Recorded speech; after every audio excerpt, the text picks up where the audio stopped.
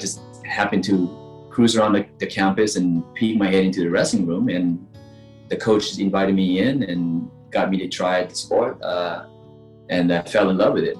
And it was one of those sports that's like, I think, boxing or whatever, you fight in your either age division or weight division. I mean, football, basketball, forget about us guys, Lao, right? We're small. You can get run over. So I felt it was also wrestling, one of the toughest sports out there. It fit well. Greco-Roman, 67 kilogram. In red, Clover Bani Gona Adolfo, representing the Philippines. And in blue, Dawson Sihavong, representing Laos PDR.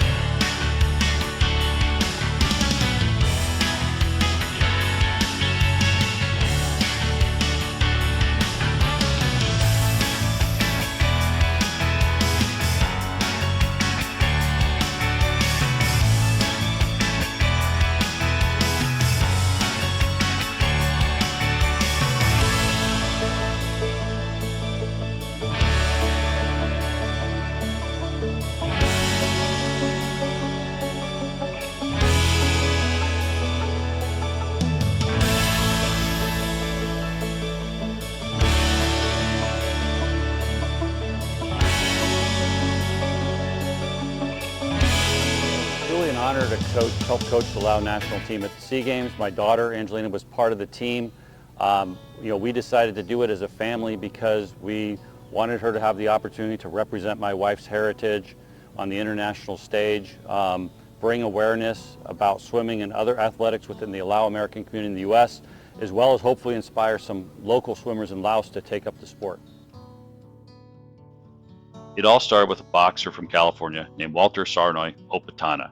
For many years, countries such as the Philippines, Thailand, Cambodia, and Vietnam had been allowing athletes with heritage from those nations to come back and represent the country in international competition. It was sometime around 2019 when Laos passed a similar law allowing athletes overseas to come back. Walter was one of the first athletes to go through the process that would allow him to represent Laos in international competition, and he really paved the way for future athletes to do the same.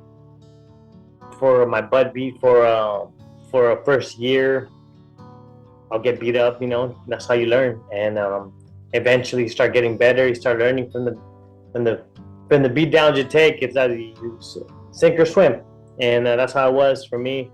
And you learn. And eventually I started getting good. I started competing little by little, started winning. And eventually going to state competitions, winning. And then eventually I got good and started becoming, and that was just I was obsessed with just being better than how I was the day before. And, it took me places traveling for 13, 14, 15 years old. I was traveling already, going to different states and some of the best experiences is, traveling and going on a plane and seeing things I would never get to see, and still traveling to this day as a 36-year-old. There were 4 swimmers that came with us, all NCAA Division I Power 5 talents. These included Angelina Messina, who swims at the University of Pittsburgh, Stephen Isixiengmay from the University of Georgia, and Astrid and Araina Dirkzwager from Georgia Tech. I think it was a great experience for all the athletes. Messina, Lao.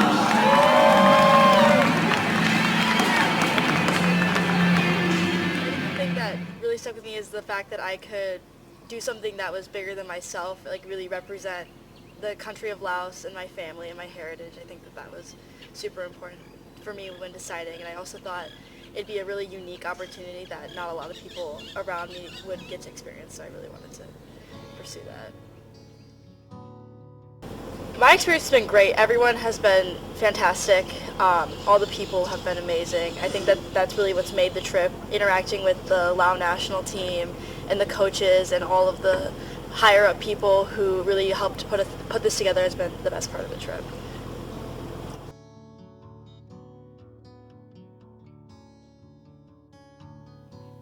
I think the most challenging part would be the heat change, or like the change in temperature. That was quite an adjustment. Not quite used to the heat in America as we are here. And also, I guess, just keep training while everyone else was like on break and stuff. So I thought the opening ceremony was really cool. It was a good experience to be able to walk out with everyone and in the stadium and see the crowd. The most challenging part in preparing for this meet had to be the mental aspect and getting over the fact that some of these athletes are, top in the world. And so just getting over the fact that, I have to race this girl who went to the Olympics. Having all those people cheer for me was really such an experience that I'll never forget. And honestly, just being at the pool itself and seeing all these people is just overwhelming. I wanted to represent Laos at the SEA Games, to represent my heritage and to represent my family, basically. It's really cool and a lot different from the U.S., where the U.S. is very pressure oriented, whereas here it's very stress free, and they're making it towards a fun side meet, kind of, I'd say.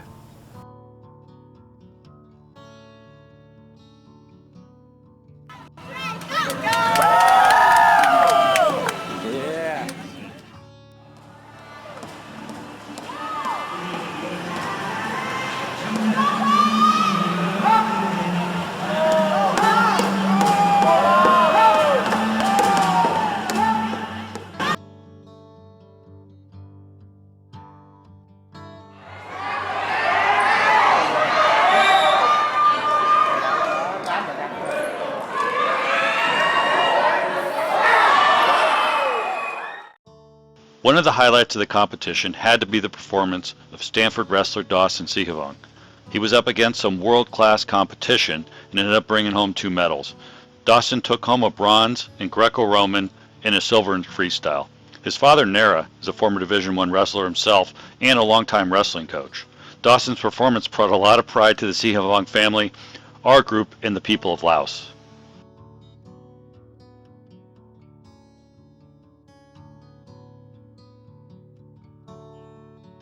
I love the camaraderie that we developed with everyone, especially the Slayman family.